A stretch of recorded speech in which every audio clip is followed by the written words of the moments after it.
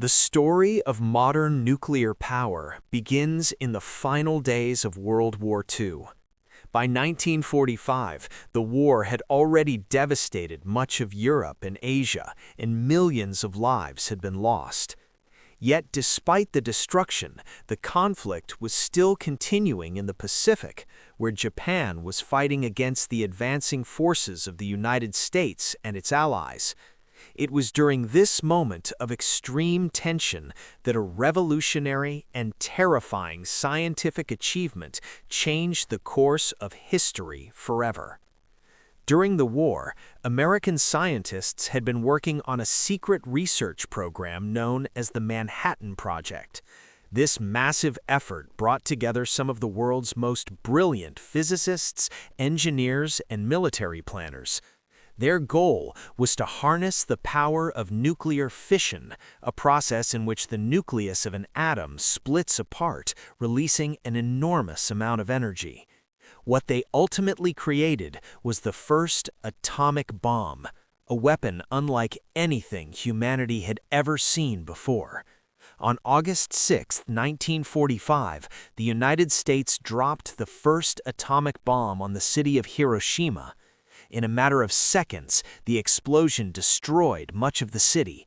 Buildings collapsed, fires spread rapidly, and tens of thousands of people lost their lives almost instantly. The destructive force of the weapon shocked the world. Just 3 days later, a second atomic bomb was dropped on Nagasaki, causing another wave of devastation and human suffering. These bombings forced Japan to surrender, effectively bringing World War II to an end. However, the consequences of those events went far beyond the end of a single war. For the first time in human history, nations now possessed a weapon capable of destroying entire cities in a single strike. The world had entered what historians now call the nuclear age. From that moment forward, nuclear technology became a defining element of global power. Governments around the world realized that nuclear weapons were not only tools of warfare, but also instruments of political influence and deterrence. The existence of these weapons would shape international relations, military strategies, and diplomatic negotiations for decades to come. The birth of the nuclear age was therefore not simply the introduction of a new weapon, it marked the beginning of a new and uncertain chapter in human history. After the end of World War II, the global balance of power changed dramatically. The United States had demonstrated the destructive power of nuclear weapons, and for a short period it remained the only country in the world possessing them. However, this monopoly did not last long. In 1949, the Soviet Union successfully tested its own atomic bomb, marking the beginning of a new and dangerous competition known as the Cold War. The Cold War was not fought through direct, large-scale battles between the United States and the Soviet Union. Instead, it was defined by political rivalry, ideological conflict, and a massive buildup of military power, especially nuclear weapons. Both nations began developing more advanced bombs and more sophisticated systems to deliver them. Over the following decades, thousands of nuclear warheads were produced as each side attempted to maintain a strategic advantage. During this period, the United States developed a powerful military strategy known as the nuclear triad. This system was designed to ensure that the country could respond to a nuclear attack under any circumstances. The first element of the triad consisted of land-based intercontinental ballistic missiles, commonly known as ICBMs. These missiles were placed in heavily fortified underground silos across remote areas of the country, ready to be launched within minutes if necessary. The second element involved nuclear-armed submarines that could operate silently beneath the oceans for extended periods of time. These submarines carried ballistic missiles capable of striking targets thousands of kilometers away. Because they remained hidden underwater, they were extremely difficult for any enemy to detect or destroy. The third component of the triad was strategic bombers, long-range aircraft designed to carry nuclear weapons across continents. Aircraft such as the B-52 Stratofortress became a key part of America's nuclear deterrent capability. Together, these three systems created a layered defense designed to guarantee retaliation in the event of an attack. This strategy was closely connected to the concept of mutually assured destruction. The idea behind this doctrine was that if two nuclear powers possessed enough weapons to destroy each other, neither side would risk launching a first strike. The certainty of catastrophic retaliation acted as a powerful deterrent. By the late 20th century, the United States had built one of the most extensive and technologically advanced nuclear arsenals in the world. Even today, decades after the Cold War ended, it continues to maintain thousands of nuclear warheads, along with a sophisticated nuclear command and control system. This vast infrastructure remains a central part of America's national defense strategy and plays a significant role in maintaining global nuclear stability. While nuclear weapons were becoming central to global power during the Cold War, another story was quietly beginning in the Middle East. The origins of Iran's nuclear program actually go back to a time when Iran and the United States were close allies. In the 1950s, Iran was ruled by Mohammad Reza Shah Pahlavi, commonly known as the Shah of Iran.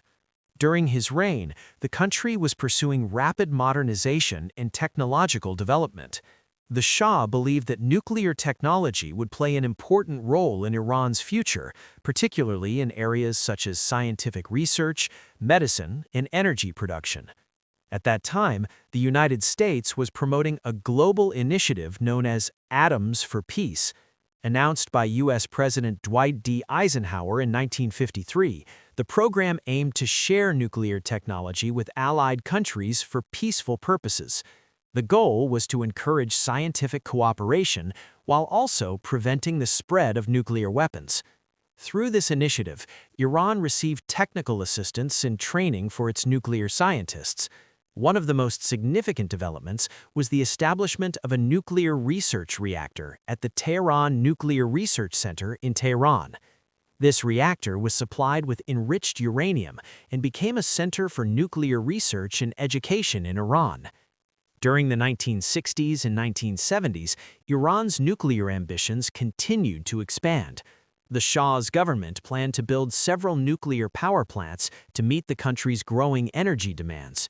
Iran also signed the Treaty on the Non-Proliferation of Nuclear Weapons, agreeing not to develop nuclear weapons while allowing international monitoring of its nuclear activities. However, the direction of Iran's nuclear program would soon change dramatically.